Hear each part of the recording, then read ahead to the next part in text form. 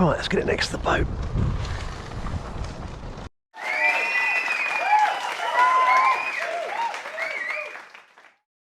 Look at that. Here in the UK we're in lockdown number 3, very strict guidelines concerning fishing. We can only travel literally 1 or 2 miles. I live right on a little local river, but sadly it is in flood. It is absolutely hooning through. It's probably going to take another week for this to settle down, so bear with me. We'll do some more BFS videos very shortly. This is the scene. It's not great. As you can see, that coot is really struggling to keep up with the flow. It is absolutely hooning through.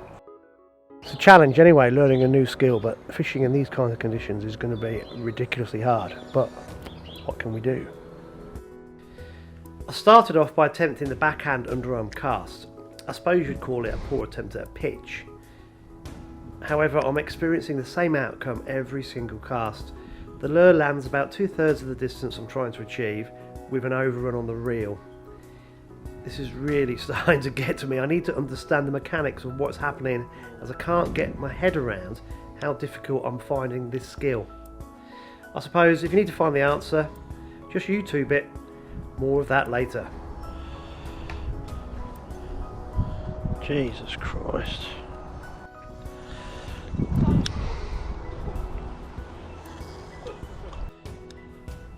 Trying a few overhead casts, everything felt weird. The lure landed short again, and the dreaded backlash still occurred regularly.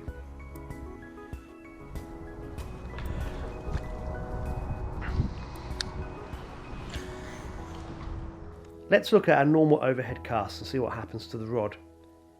Slowing down the footage, we can see that the angler imparts energy into the rod, loads the rod, which then allows the rod to launch the lure. All the angler has to do is time the release of the line to achieve the desired cast. If we freeze the video, we can see how much load is taken by the rod in order to perform the cast. The BFS rod is way more tippy than a normal lure rod. Looking at a couple of BFS videos, it's suggested to release the lure earlier in the cast. If we use a clock face as an example, start the cast at around 10 o'clock and release the lure at around 1 o'clock, thumbing the spool and lowering the rod to the trajectory of the bait. Sounds easy, and I need to practice this over the next few days. Watch this. So if I want to cast into that hole, I have to cast at that sign. Watch.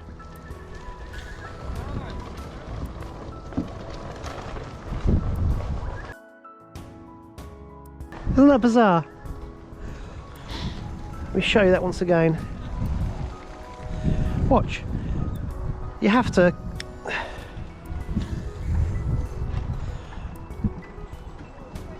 cast at the sign, ended up over there.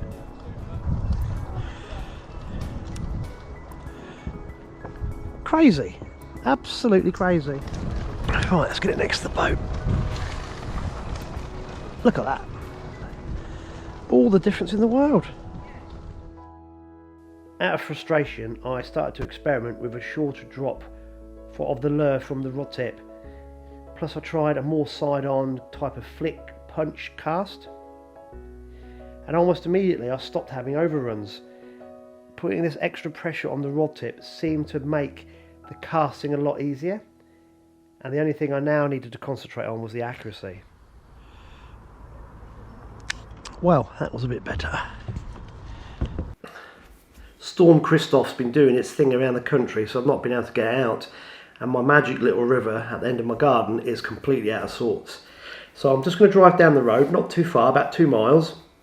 So I'm adhering to the lockdown regulations to another little backwater, which hopefully will be a lot better shape than the magic river. Very lucky where I live. I've got loads of waters really close. So that's what we're going to do this afternoon. Hopefully the wind will drop a tad. Just wanted to show you something. This BFS fishing is really inspired me to travel very light, because you don't need much gear, so I'm just using what I've got. Got a rucksack I've had for years, and I've just got the plastics in an old plastic tackle box. However, I don't want to keep going in and out of the tackle box, getting the rucksack off my back when I'm fishing. I'm trying to learn about different baits. So one thing that I've started doing is taking a small selection of baits, put them in a plastic bag and put them in my pocket. So I can just pull the bag out, change bait, change colour, and just be quicker and more efficient. Plus, I don't get the rucksack muddy on a muddy riverbank. Bit tackle tartish, I know, but it works for me. So what I'm doing this afternoon, I'm going to take some of these thangs, put them in a bag, put it in my pocket, and we're also going to experiment with a few of these floating finesse sticks. I'll take a few different colours, again, in a plastic bag, put that in my pocket as well, so I'll keep changing things around. I'm going to be even lazier than that. I'm going to use a size 1 hook, which works on the finesse sticks, probably a little bit small for the thangs. I'm not overly bothered at the minute. If I'm really worried about it, I'll change to a slightly bigger hook for the thang, but that'll be even quicker, so I haven't even got to fiddle around changing the hook sizes. Just going to change the colour of the baits, have a little practice, get my casting more on course, and then have a bit of fun. So, little tip there, save these little plastic bags. You never know when they will come in use.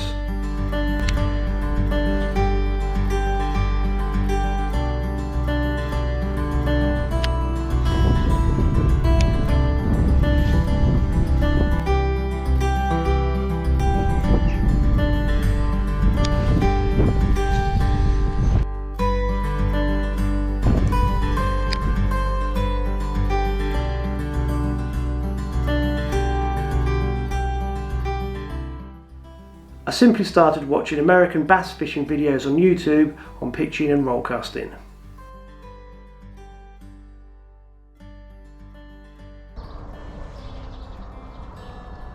Ooh, tap.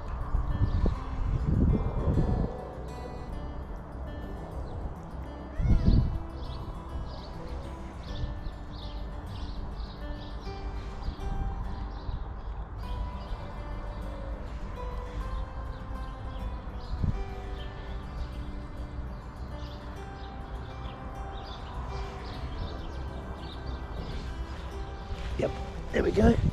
Last. No, we haven't. Yes, we have. What have we got here? No! Look! Oh my lord!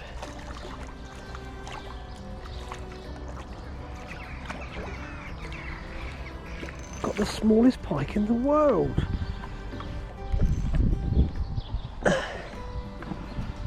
We're going to hand land him. Look at that. He's about to fall off.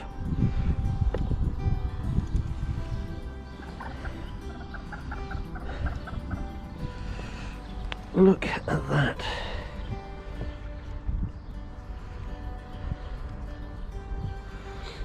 Come on, boy.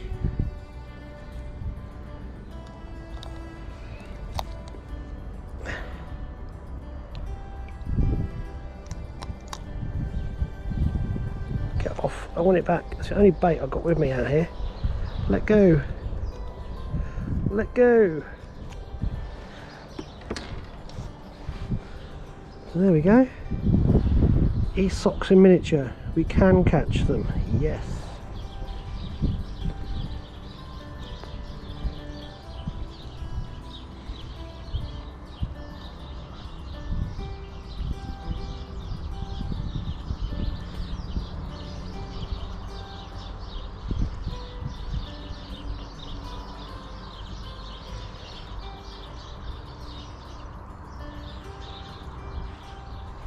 And something else.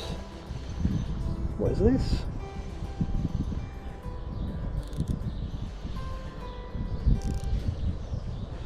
Feels like a perch. Is it a perch?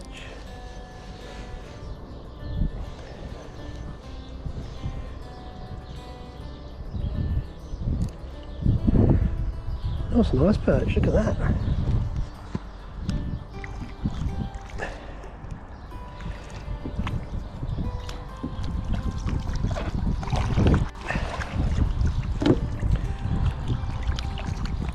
Here we go.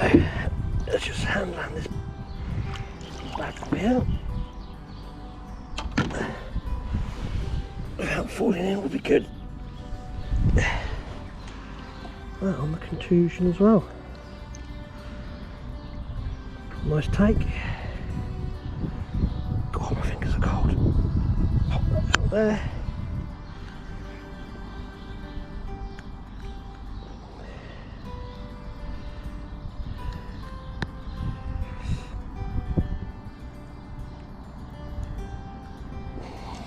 There we go. Look at that. Little fatty, little warrior. Perfect. So there we have it, a big improvement in a really short period of time. The roll cast technique really works for me. I'm very confident in loading the rod tip and just letting it fly. The next thing I need to do is be less mechanical in the retrieve. I'm feeling that I'm just going through the motions, and maybe I need to experiment with a lot longer pauses. And I think the way to do this is actually try and catch a slightly bigger fish.